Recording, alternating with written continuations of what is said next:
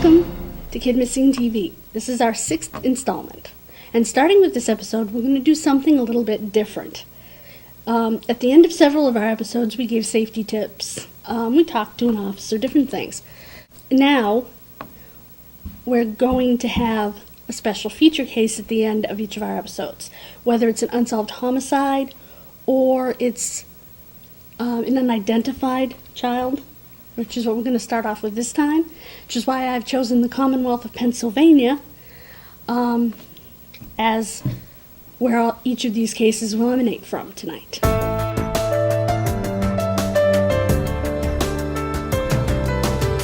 Teresa Rhodes was 13 years old September 27th, 1975, when she went missing from Greensburg, Pennsylvania. Terry, as she was known to her friends and family, had told her parents she was going to a friend's house. It was later learned that a lot of times when she said this, she was going to a party house, which was owned by a friend of a policeman who himself was involved in the drug world and in fact is imprisoned for contract killing. Nice cop. And the man who owned the house had a fondness for young girls. Yeah, that didn't sound too good to me. And her friend did admit that the night that she disappeared, she was in fact at this party house. And that's pretty much all anyone knows about her disappearance because, of course, no one's talking. Terry had a scar on her upper lip. It was believed to be on the left side from a dog bite. Unfortunately, that's all that's known, but I will give you the telephone number, and all of these numbers you'll find at the bottom if you're watching this on YouTube. For the police department, Westmoreland County Detective Bureau, 724-830-3286. 724-830-3286. Michelle Reidenbach was 16 years old when she vanished from Zelienople. I think that's how you say it. Zelienople, Pennsylvania. I apologize if I'm butchering that name. On September 22nd, 1981. She was 5 feet 2 inches tall and weighed 110 pounds. Normally, I don't give you height and weight of the children that I feature because a lot of them are very young. 3-4 years old, and that changes very rapidly if they were alive or kept alive, and raised. So it does absolutely no good. But at 16, that's not going to change, especially in a female, because we stop growing about age 16. Michelle left her job on her break to purchase some cold medication because she wasn't feeling good. There was something going around. And the pharmacy was right next door to a supermarket, and her boss looked over, saw her in the parking lot, talking to someone in a red vehicle, and she never made it back. Everything was left at her job. Her purse, her cigarettes, her school books, everything. In fact, that day at school, she'd had her senior pictures taken. I personally think it's cool they took them at school. We had to pay big bucks for ours. And nobody believes that she ran away because she had a sister who was hospitalized and paralyzed at this time that she was absolutely devoted to. And her mother, in fact, was going to come and pick her up at work after work to go and visit her sister in the hospital, but her mother got caught up in her own job and was running late, so she just ran right to the hospital. So she was unaware that her daughter was missing right away. So that messed with the timeline, In 1993, a newly formed Butler County Task Force re-interviewed with state troopers, re-interviewed people who were interviewed at the time of her disappearance. And the Butler County District Attorney, Cheryl Long, said they had a few leads and she was optimistic about solving the case. The case is still unsolved, and Michelle would be approximately 47 years old today.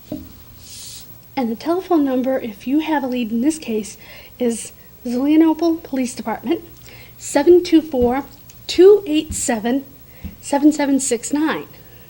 That's 724-287-7769. John Debkowski and Gabriel Minarson disappeared from Tarentum, Pennsylvania on January 14, 1982. Gabe was 10 years old and John was 11 years old.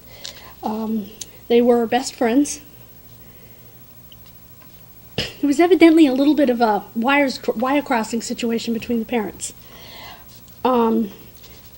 They had gone off together, and John's mother thought they'd gone to Gabe's house. So she called Gabe's dad, Larry, and said, "Hey, Larry, wanna send my son home?" And he said the boys never came here, which sent both families into a panic. And she called a local roller rink where all the kids hung out. Initially, the police felt that the boys had fallen into the Allegheny River, which ran behind John's home. But John had always said to his mother, "Mom, this is stupid. Why are people out walking on the river? It's not safe." So he knew better and wouldn't have done it. So the families do not believe this is the case. One person said that they had mystical powers, and that if the mom sent him $20, he or she will tell them where the kids are at. Well, that freaked her out. She was dating a man named Bob, who was a policeman, who adored John very much, and John adored. And they got married. And interestingly, a few years later, they had a daughter that they named Kelly, and at the very same time, the Minarsons had a daughter they named Kelly. Strange but true. The police chief at the time of Tarentum, Pennsylvania, Frank Prozenica, said, and I quote, "Where they went, who in the hell knows? I've been here 40 years now. I'll always say, before I came out here, I'd like to see something out of this case." He would like to see the case solved. The National Center for Missing and Exploited Children still sends regular correspondence to John's mother with updates and age-progressed photographs. They've even asked her, "How do we get a hold of the Minarsons?" And she said, "Well, they moved away once Gabe would have been 18. And I don't know exactly where they are. So they haven't been able to get a hold of them." So this case now sits in a box in the police department, still unsolved. I believe somebody, probably right within that community, knows. I would like to give you a phone number. It's the Tarentum Police Department at 412-224-1515. That's 412-224-1515.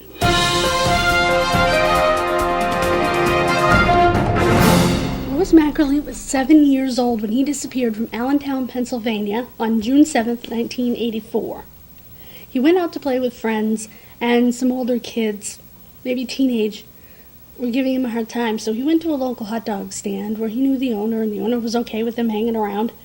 But it was described almost like it was also a little convenience store type thing.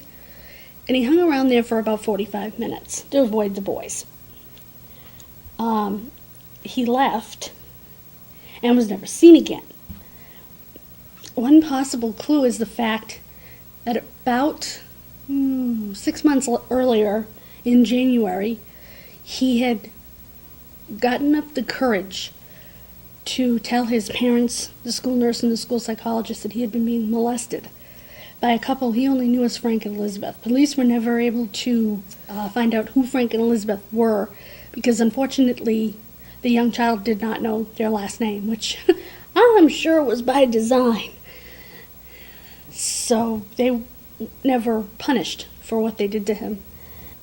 One of the things that he did was visit an elderly woman in the neighborhood, kept her company, just a nice little boy. And 11 months after he disappeared, the elderly woman, who didn't live far from his family, was selling her home. And his parents bought the home and moved in so that he would be able to find them if he ever came home. In 1988, a man calling himself David Riggs PI said he had a missing children's organization called Search 7. This was a front for his real deal, which was going out and trying to pick up young boys for sexual purposes. Seriously scummy. The case was reopened in 2004. At the time that Lewis was missing, he had 4 missing teeth, which makes sense. 7 years old. We all lose our teeth at that age. Unfortunately, again, in this case, the timeline is probably a little bit off because on the morning of the day that Lewis disappeared,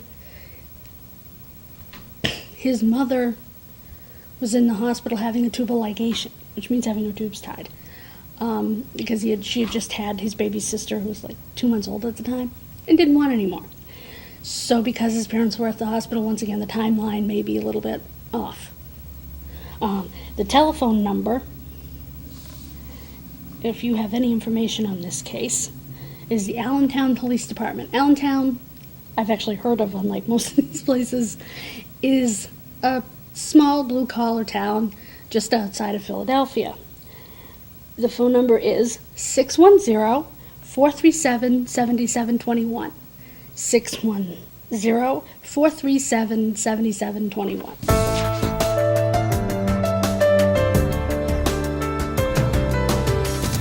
Alan Briscoe Jr. disappeared from Philadelphia on Friday, December 13th, 1985. Alan was 16 years old. He was African American.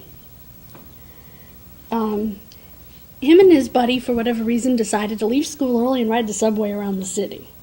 Not sure how entertaining I would find that, but to each their own, I guess. He eventually got back to his own neighborhood and decided to get on the bus and go visit a female friend. He never arrived home. Unfortunately for his sister, who was 17 at the time, because he had the house key, so she was locked out. So she walked to their grandmother's just down the street and waited for their mother. Their mother was a single mother and worked 2 jobs, so she didn't know what the heck was going on. She had called at 7:30 in the morning, and the kids didn't answer while they were getting ready for school, which didn't alarm her. She called at 3 p.m. when the kids should have been home. Still didn't really alarm her that they didn't answer the phone. They were 16 and 17, they weren't small children. She came home from her second job at 11 p.m. and found her daughter down the street at her mother's house, and that's when they realized that Alan was gone. There is one tip that the investigator Rochelle would like to pursue further. There's a woman in Southwest Philadelphia who thinks that her boyfriend might be Alan. I'm not sure about this one. They contacted the man. The man didn't really want to be bothered. Alan had some pretty unique characteristics that if this man was Alan, should be easy to tell. Alan was bow-legged, and his right shoulder droops when he walks. He has a cracked front tooth. His nicknames were Squeak and Squeaky. This says he would now be 40 years old, but he'd actually be quite a bit older than that. And the case remains open and active and will be investigated, to quote Rochelle, until Alan is found one way or the other. The telephone number, if you have any information about the whereabouts of Alan Briscoe Jr., is the Philadelphia Police Department at 215-685-1173. 215-685-1173.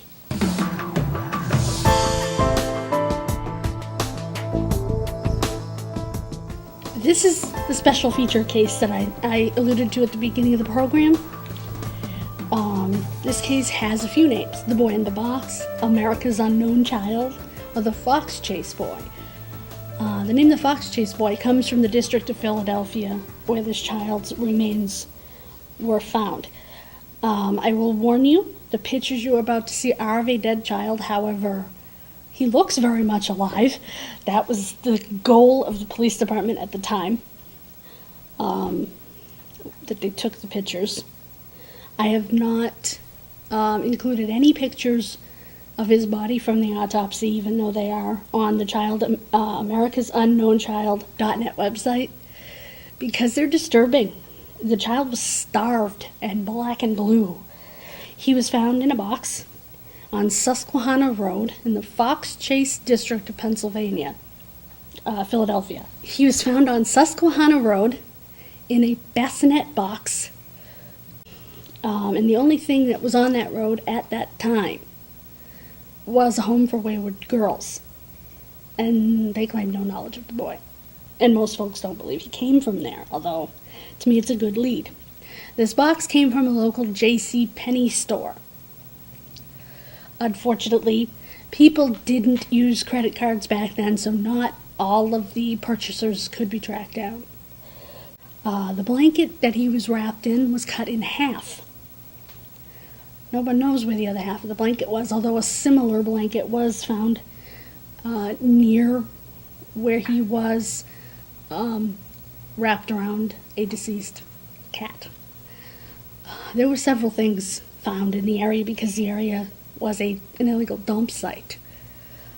Back in those days, people created dumps, and for hundreds of years before that, created dumps on their land or wherever. And this was one of those type sites. This was a very sick child. This child had numerous scars from surgeries and different medical procedures. This child had what's called a cut down, according to the medical examiner. A cut down is when they take and they literally here or wherever and cut you open so that they can visually see your vein and put the IV in. It's pretty horrible, and I don't know that they do it all that often anymore. I think it's a very uncommon thing now. And he also had a surgery that appeared that it may have been for a hernia, although they're not absolutely sure. He had all of his baby teeth intact. It's believed he was between 4 and 6 years of age at the time of his what's believed to be murder. The lead on the case for the VDOC Society, which at the end I'll explain to you a little bit about them, is Bill Fleischer. He was a man who actually was on the case back in the day. What I'd like to do, before I talk to you about some of the more interesting leads that have come up in this case, I want to talk to you about the condition of the boy. He was found with this severe haircut that looked like it was home done, and they know it was done at the time of his death because he had little pieces of hair, little clumps of it, all over his naked body. And he also had bruises, finger bruises here, like he was being held and his hair was being cut, like he was fighting it. And this haircut is the first discussion you're going to hear on a clip from my first show that I did about this case on my radio show. I actually did a previous show that I hosted on someone else's show that I don't have access to at this point. And Jim Hoffman, who wrote the book, The Boy in the Box, speaks here about that haircut.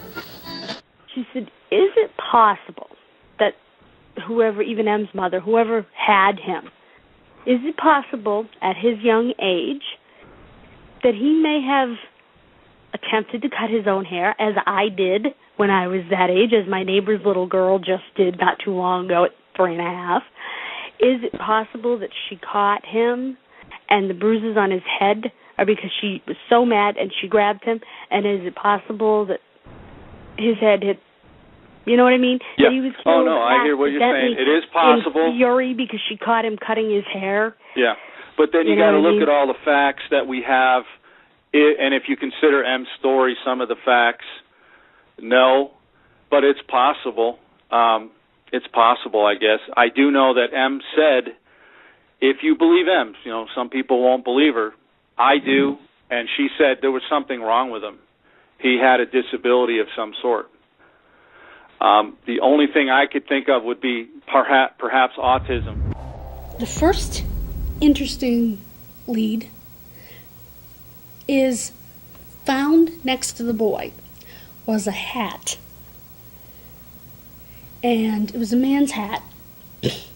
Now, luckily, even though there were no credit cards at the time, the hat shop owner, remembered the hat because it was the only hat she had put a band on. She'd put a band on the back of it. You'll see a picture of it. And she remembered making it. She was able to describe the gentleman who purchased it. Again, they couldn't get a name because he didn't use a credit card, obviously. And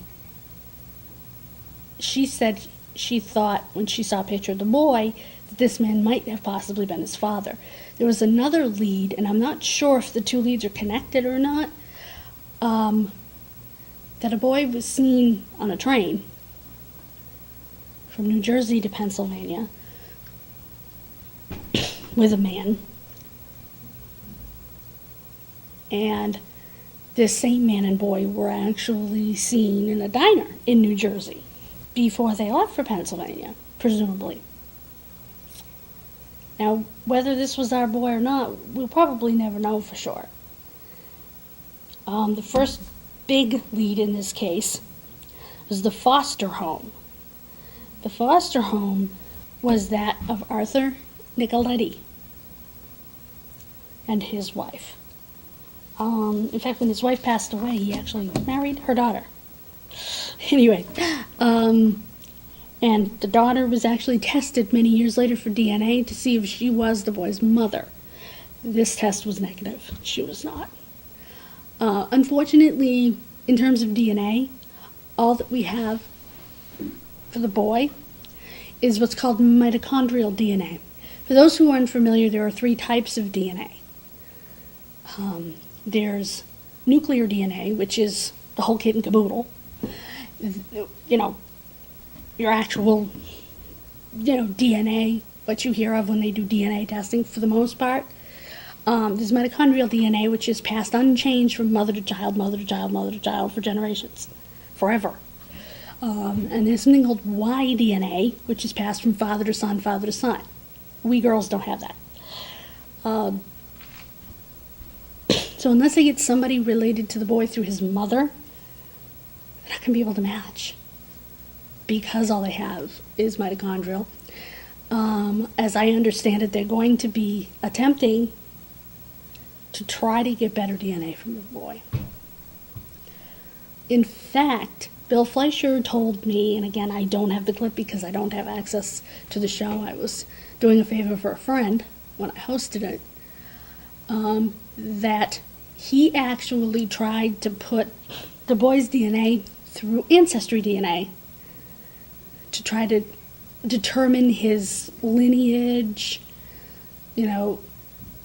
what last names he shares DNA with, things like that. And they said for privacy reasons they couldn't do it. Whose privacy? This child's been dead since 1957. I didn't understand that, and neither did Bill. The foster home was eliminated because of that, but there were a lot of circumstantial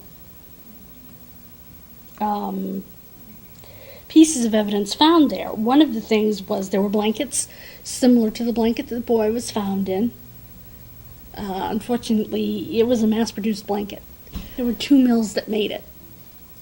One of them was in Canada, and one of them, I believe, was in North Carolina. And also, they had a bassinet in the foster home, similar to, one that would have come in a box, like the box the boy was in. By the way, the bassinet that belonged in that box, that came from that box, was white. And we know this because some of the paint rubbed off on the box. But there was never any, we real concrete leads as far as to link the foster home, because they just weren't able to get anything that would work in a court of law. The next one, very interesting actually. This woman was known as M, or Mary. In February of 2002, she came forward to her therapist and said, I think I know who that boy was. His name was Jonathan, which is a name we often use for him because it sounds better than the boy in the box. And so we use that, or we use our boy a lot in our group. And she said, my mother purchased him, and she used him physically and sexually. The boy was handicapped, he was mute. This is M's story. And my mother eventually killed him, and we dumped him. Now, there were a lot of things that matched in her story. One of them was a man had seen what may have been the body dump. He had driven by down Very Road, which is a road that crosses onto Susquehanna. He saw a woman and what he thought was a little boy. But Em says she had to dress up as a boy that night, pulling a box or something out of the trunk. It also matches because a bunch of boys' clothes that were too big for the boy were found with him. Em, unfortunately, isn't taken very seriously by most of the investigators because she has had a history of mental illness. I don't think that means she's a liar. She may be confused about dates and times, although she did say that the night he was purchased in October of, I'm not exactly sure, but it was a couple of years before, that there was a hurricane, which there was. They were able to verify that with weather reports and things from the time period. When interviewed, neighbors who had had access to the house denied a young boy was living there and said Em's claims were ridiculous. I wouldn't be so quick to dismiss them. Here's a lead that, before I go into the next lead, what I'd like to do is play you another clip of Jim Hoffman talking about Em's story, because it was such an interesting read.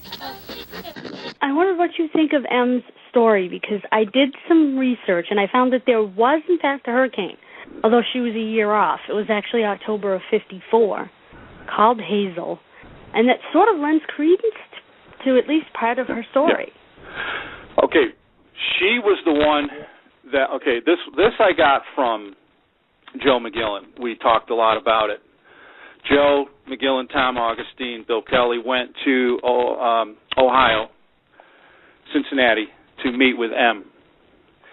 And she was the one that said this. He and Bill Kelly, Joe McGillen and Bill Kelly, researched it and found, in fact, there was the Hurricane Hazel in October. And so that's how they felt, wow, she remembers this hurricane pretty well, that they went to the door, it was really stormy out, the hurricane hit, whatever. And that was when they're buying the boy. The mother's buying the boy. Yep. And so, yeah, so it did give credence in their mind to her story. It's another lead that that Jim focuses on. I didn't include this clip, but it's a lead that he feels needs to be further examined, and I think the DNA needs to be taken from this woman as well. There's a woman named Margaret Martinez, who had killed her own 3-year-old daughter in 1960 and dumped her on the side of the road. And police wondered, and she was in Philadelphia at the time, and police wondered if this could be another child of hers, because she had a history. But again, there's no physical evidence in any of these leads, just a lot of circumstantial evidence. This next lead is the lead that I'm very interested in, although DNA says the mother wasn't the mother, it does not mean that this lead isn't somehow connected. We call this the Dudley lead. Kenneth and Irene Dudley were itinerant carnival workers. And 3 of their children died, and they just left them wherever. Actually, I'm sorry, not 3. 6 of their 10 children died, and they had just left them in various places. They did end up going to jail. They were ruled out again in this case because of DNA evidence. Again, there's only mitochondrial, so who knows? This next lead is definitely not our boy, but it's interesting to note. A little boy that went missing from New York. Now, keep in mind, Philadelphia is just across the river from New Jersey and not far from New York. So this is within the realm of possibility. His name was Stephen Craig Damon. And him and his sister were left outside the grocery store. That was not unusual. It was 1956. While their mom went in, he was standing with the stroller. He was 3 years old. His sister was a baby. And they were taken. The sister was left unharmed in the stroller elsewhere and was later found. Stephen was never found, presumably raised by whoever took him. And years later, the sister gave her DNA to see if her brother was, in fact, the boy in the box, America's unknown child. He wasn't. Another really interesting lead that I think is probably the most likely lead, and before I get too far into it, I'd like you to listen to Jim talk about it, because this is someone Jim has worked closely with. He goes by Rutledge in our group, The Boy in the Box, on Facebook, and on his own group, Rut's Details, on Facebook. So please take a listen to Jim as he talks about Rut's lead. Well, basically, Rut, you actually put me in contact with Rut last Thanksgiving. Thanksgiving was the day I got the email through Facebook. His family, and we never talked on the phone. We just communicated by Facebook and email and stuff. His family rented a townhome to a family, a man, a woman, and a son who, in February, disappeared right about the time the boy was discovered. They found, and now his sister's still alive, and she went in the house and is a witness to this. They found blood in the tub with water in it, water in the tub, blood. These people fled, left food, children, like clothing for children, toys. There was a crutch pushed through the wall. And Rut's mother and father, more so the mother, really believed that the boy came from this household, and that they basically had something to do with this boy. Interestingly, as you heard, one of the big clues, one of the big pieces of evidence, actual physical evidence if they still had it, was the fact that there was a small amount of blood and water in the bathtub.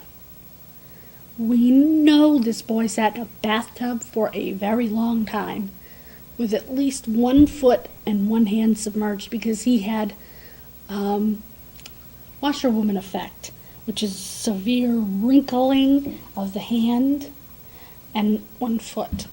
And they left in such a hurry, and when the people, as you heard, moved, they left breakfast out on the table and just ran. Now, Rut wasn't living yet at the time. He got all this information from his mother, who still firmly believes that her tenants were responsible for what happened to this innocent child. I would love for them to test the DNA, although I guess at this point That just may not happen. Those are all the major leads. Now, we talked earlier briefly about the VIDOC Society. That's spelled VIDOCQ. These gentlemen are retired policemen, retired forensic scientists, forensic experts. Frank Bender, who was a forensic sculptor, best known for having helped capture, have been the reason, basically, that John Emil List was captured, because his bust was so perfect of him all those years later. They began this organization. It's named after Eugène Francois Vidocq. He was a French criminalist. They didn't really have forensic scientists back then. And the number of members that the VIDOC Society has never exceeds the number of years that Mr. Vidocq lived, which was 82. The motto of the VIDOC Society is Veritas Veritatum. Truth generates truth. This society was originally formed around this case. They have solved many cases since then, and I'd like to take the time to thank a few people in regards specifically to this case, first of all. Jim Hoffman, of course. He wrote the book, and he's dedicated to this case. Bill Fleischer, who is still the lead investigator on the VIDOC Society for this case. The members of the Boy in the Box Facebook group that myself and my friend Dawn Tarvit Brooks run.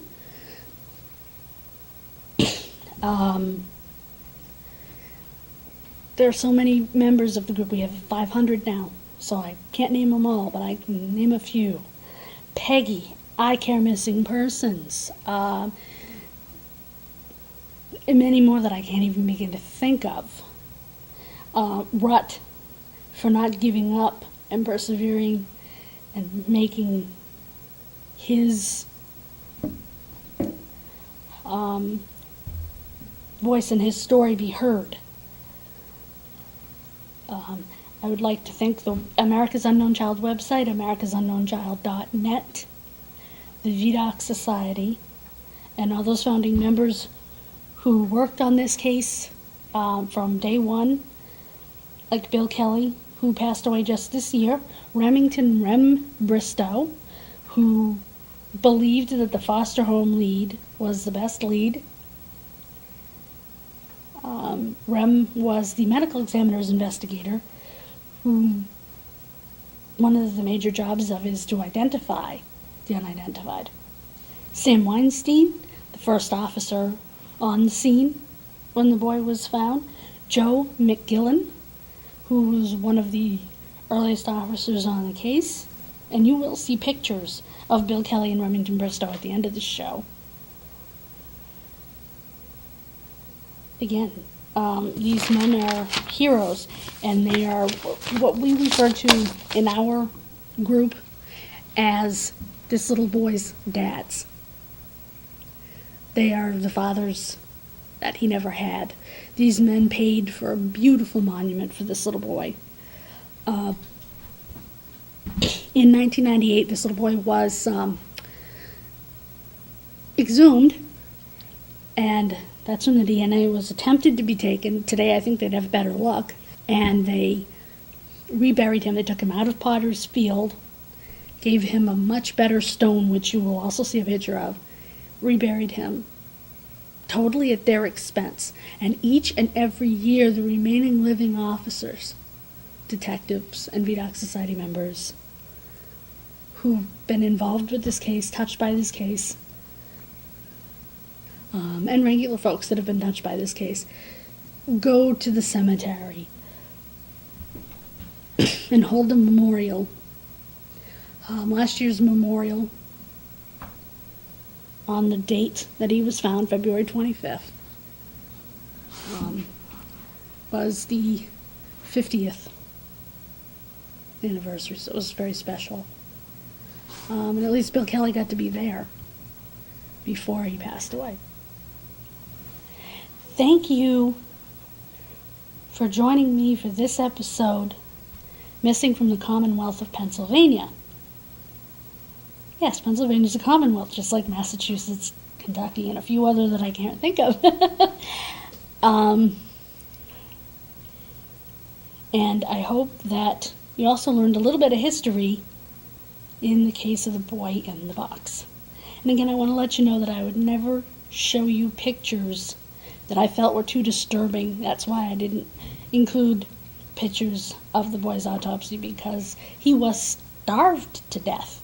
He was beaten. It's not the kind of thing you want popping up on your TV screen on cable access.